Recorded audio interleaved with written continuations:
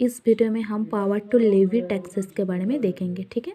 क्योंकि पिछले वीडियो में हम टैक्स के इंट्रोडक्टरी पार्ट कवर किया था, मतलब टैक्सेस का मतलब क्या है, कितने टाइप का टैक्स होती है और टैक्स क्यों इम्पोज होती है, ये सारे के बारे में देखा है। लेकिन आज हम देखेंगे टैक्स इम्पोज करने का पावर किसके पास है। तो बात आती है, क्योंकि जब भी आप लॉ पढ़ती हो ना कहीं बात कॉन्स्टिट्यूशन के साथ तो जोड़ी जाती है। तो पावर टू लेवी टैक्सेस के बारे में भी आपको जानने के लिए ना article 265 of the Indian constitution देखना पड़ेगा। And article 265 lays down that no tax shall be levied or collected except by authority of law। इसी को अगर मैं डायरेक्टली बोलूँ तो ऑथोरिटी ऑफ लॉ टैक्स को लेवी कर सकती है और कलेक्ट कर सकती है, राइट।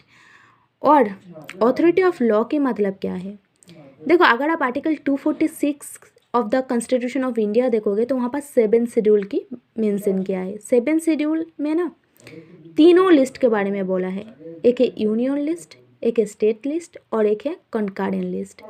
यूनियन लिस्ट में कुछ 97 सब्जेक्ट मैटर एन्यूमरेट करके रखा है and the parliament can make laws on those subject matter. State list में कुछ 66 सब्जेक्ट मैटर एन्यूमरेट करके रखा है and the state can make laws on those subject matter.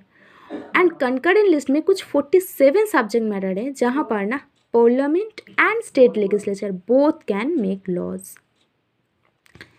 तो अगर टैक्स की बात करें तो income tax is the most significant direct tax. Entry 82 of the union list that is list in the 7th schedule to article 246 of the constitution of India has given the power to parliament to make laws on taxation on income other than agricultural income.